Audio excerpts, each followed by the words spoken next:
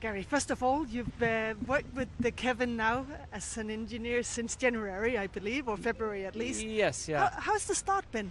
Very good, yeah. So Kevin started with us in 2017, and even from the beginning, we did some tests and simulator sessions together. So I've worked around Kevin for the 2 and a bit years. So he's very easy to get along with, and he's a very good guy and has a fun attitude. So it's very easy and comfortable to work with him. And the start of the year has been very good. He's been very positive and excited for the season, and we have kind of high expectations. So it's gone really well so far, yeah. Really but still, positive. Gary, although you know each other and you've done things together, it's Yeah. a different situation, isn't it now? Yes, yeah, and we're still just learning about each other.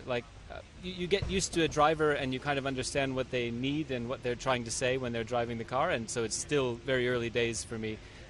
In testing, I already got to learn what's important to Kevin and what things he needs and what he doesn't need, and we'll keep building that learning. And then these race weekends are the best time to find that out because there's more pressure and the pace is higher, so we learn more quickly how to work together. Can you give us some examples on what he needs and what he doesn't need? Yeah, let's think. So when he's running the car and the kind of information I might give him, sometimes I might give him too much information that it isn't going to help him in this run, and so he might say, I can tell that he doesn't need it, whereas other times I could see where he doesn't know what to do next on a long run, and so I try and give him some direction of how the pace is going or what the tire is doing, and then I could see that he's this is the information he needed. So it's really about communication and what he needs and what he doesn't need, and so trying to find the right balance. But yeah, I've written an interview with you. You said that the relationship with the driver is everything. How Yes. do you get a good relationship with the driver? It's by listening and trying to understand. It's the same thing. Of what do they need?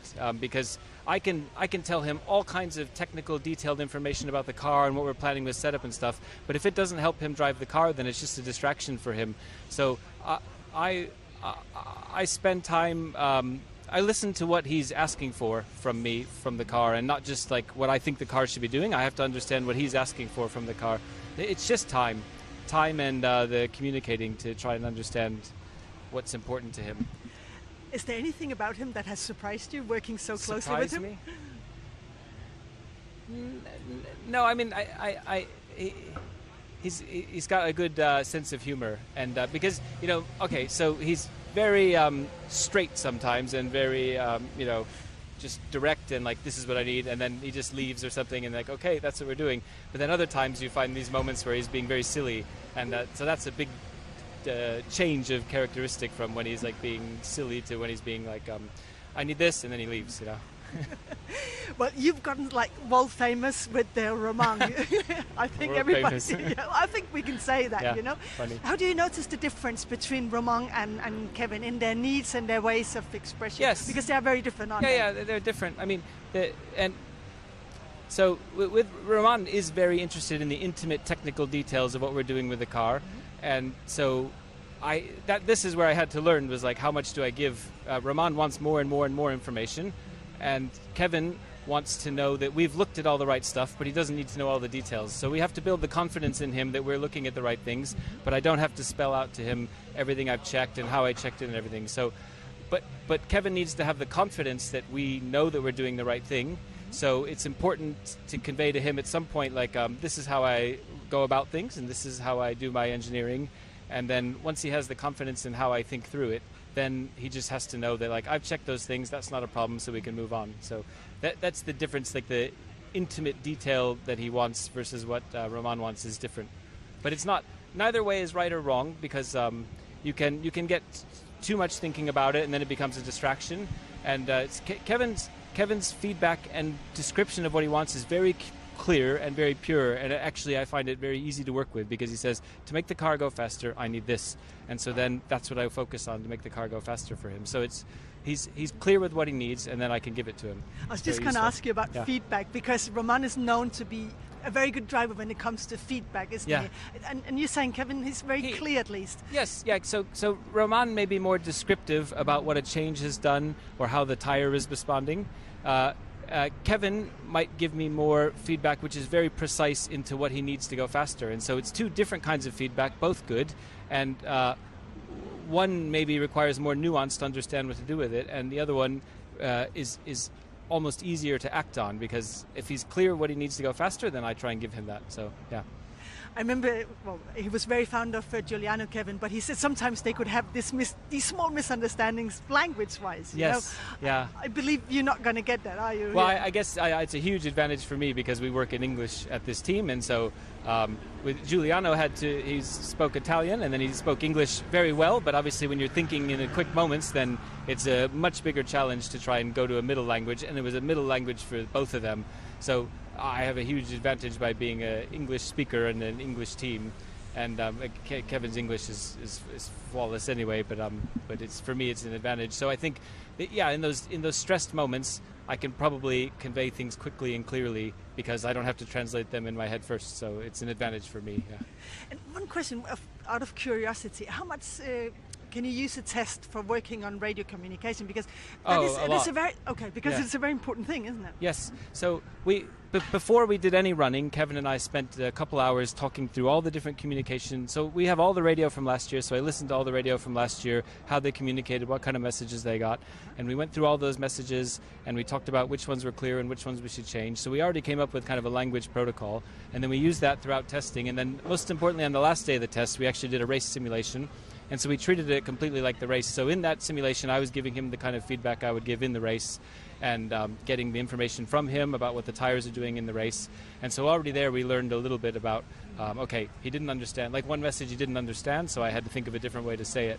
And also it was clear where I couldn't talk to him and what his preferences were. So yeah, we've gained a lot already from that. But still then this weekend will be another big step because you have this time pressure and also a lot more traffic. And traffic is one of the main things that we have to deal with. That's like half my job is to make sure he's not in traffic. So you're definitely prepared well, but I imagine that the viewers, they have to prepare for less passionate radio between the two of you than they've been used to. Yes, I'm more dry.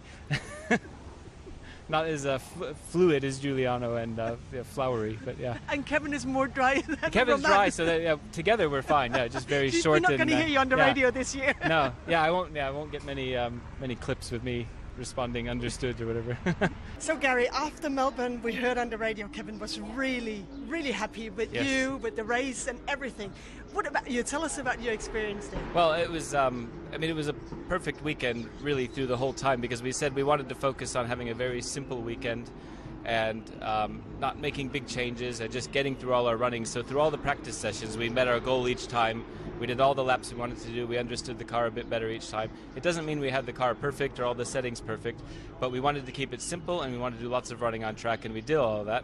And we got all the way through qualifying, and I think Kevin felt a little disappointed that he didn't get the most out of the Q3, but we were pleased and we were very close to our teammate.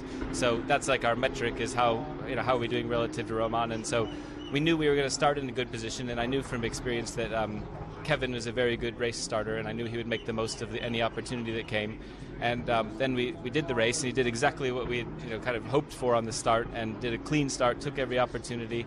And then when we needed him to push, he pushed. And then more importantly, when we needed him to manage, he managed all the tires and the systems and everything brilliantly in the race. And then when we had this moment where we were pitting, and Hulkenberg had pitted the lap before, and we had to race him right after, Kevin drove perfectly and did everything he needed to do to keep ahead, and that made the race for us. And then after that, he just had to manage the tires to the end, which was a big challenge because we had a lot of there's a lot of tire wear and everything. So he managed all of that and then got the perfect result. I mean, that was the maximum we could get from the weekend. So we didn't miss any opportunity, and we focused on being very clean and clear through this whole time, and that's what we did, and we got the result that the car and Kevin and the team deserved. So it was really brilliant. Yeah. And Gary, thinking of the race, how would you characterize your job that day? How was it to work with Kevin during the race this Sunday? It was really good because at that point, I know Kevin's strength is his racing. He's a really good racer. So I know I don't have to tell him what he should do for the start or how to approach anything. That part's easy. All I need to do is fill in the gaps of information that he has. He can't see the picture of the race like I can, so I just try and fill in these gaps and say, this is what's going on with the race. We're going to be racing this person later, so I need to save some fuel now. And Kevin responded brilliantly. Like when we said we needed to save some more fuel now to use it later, he started doing that. and he was very consistent lap after lap. And like he said after the race, which is true, he didn't make any mistakes in the race. I mean, it's very hard to drive these cars without making a mistake because they're always on the limit and you're always pushing. So it's very easy in one corner to like have a moment and lock up a little bit and damage the tire. And he didn't do that. He drove a perfect race from beginning to end. But so all I do is fill in the information that he's missing. And particularly on the second stint, our front right tire was having a lot of wear, which we could see, which he couldn't see. And so I just kept having to remind him to manage this tire. And it's always a balance of should I be talking to him too much and breaking his concentration? But in this case, I knew we had a real issue, and so for him to understand that, I kept reiterating it. So because when you have some kind of tire wear issue, one big corner can cause a lot of damage, and then all of a sudden your race is compromised. You may have to pit again or something. So we just had to manage it to the end, and that's all I'm trying to do is keep him aware of the other things going on around. But he drove a perfect race, and he managed everything himself really well. Like we have so many systems in the car to look after the tires, and he's using all those on his own without prompting. So he has a good understanding of all our tools in the car. Would you say that the communication you had in Australia, your first race together, was absolutely smooth? It was smooth, but I still have learning moments because in practice one, Kevin reported to us that the car was touching too much. And I said, okay, yep, touching too much, moved on to some other things. And then later he kind of said, like, yeah, the car is touching way too much. And because he's like subtle and not like very extreme in his reaction to things, I didn't know like how big of a problem it was for Kevin. So that was a learning moment for me to like how to understand how he prioritizes information. And now I've learned a lot that, it's a different experience for me because usually sometimes drivers give you a big feedback when it's a big problem, and he's very subtle, and but now I can see through the subtlety of what's a big problem and what's just kind of little feedback. So that was learning for me. But beyond that, it was Kevin is clear in what he needs from the car, and I try to be clear with him what we need from him, and then that clarity is what makes the weekend go smoothly. I remember you told me in Melbourne how you prepared for this with yes. Kevin. I found that very fascinating. Now I'd like to ask you, you say you can still improve some things. How are you going to do that? How will you work onwards? Kevin came to the factory on Wednesday of last week and spent a few hours with us. We went through the whole weekend, all the data and everything, but also we went through the communication side. So we talked through how I talked in the race and what information I gave him. And he was very happy with what we did, but we highlighted a few areas where I could improve. Like in practice sessions, I can give him more updates on where we are, because if he knows he's done a lap, and if he knows like that lap was 7th, then he knows, okay, it's about right. If he knows that lap was 14th, then he can have to think like, okay, where could I find more time? And then he knows how to improve. So not every driver wants this kind of feedback, but with Kevin, it's useful for him to know, to compare what he felt about the lap to how competitive it was. So that's like how his mind works and how he processes how he drove and what the pace is. So that was another area where I learned what kind of information he needs and how he uses it. So any examples from the actual race where you could improve as well? Yeah, from the race, the one point where he said we could improve was once Hulkenberg was behind us, but then Hulkenberg got lapped by Bottas, and then we were still on the lead lap. At that point, there was no threat from Hulkenberg anymore, but I didn't tell Kevin that Hulkenberg was gone, so because he was lapped. So if he had known that Hulkenberg had been lapped, then he could have not relaxed, but just gone into an even more car preservation mode. So it was one area where I could have given him more information and it would have changed how we managed the race. And so, but that was a good example. He explained that to me, and then now I'll be more aware of that detail and make sure he has that information each race. But you feel, I sense pretty much that you've hit the balance. Yeah. No, that's right, yeah. I don't feel like I overburdened him with information, but he had everything he needed to compete in the race and to be really successful. So yeah, it was a good balance. And I know also, I told Kevin from the beginning, like, when you want me to shut up, just say it, so I won't be offended, because that's just, he's in the car in this high stress situation. So if he wants me to turn off, I'll turn off, and then I'll only come back when he needs the urgent stuff. But the car was good and his driving was good. So there was a stretch in the race where I didn't talk to him for 6 laps, and that was because I could see his pace was very good. He was improving every corner because the tire was improving. So I just left him to it because nothing was changing in the situation of the race. So I just let him concentrate and focus and get the maximum out of the car through that period. And then once something changed, I started talking to him again, and then we got to our normal banter. But it was, you just have to find these moments where we just let him focus and be a racing driver. And I can tell you have a very happy driver. I spoke to him yesterday. He's so thrilled. That must be important to you. He's so thrilled. He's so happy with you. Oh, that must be important to you. Oh yeah, no, it's great. I mean, it's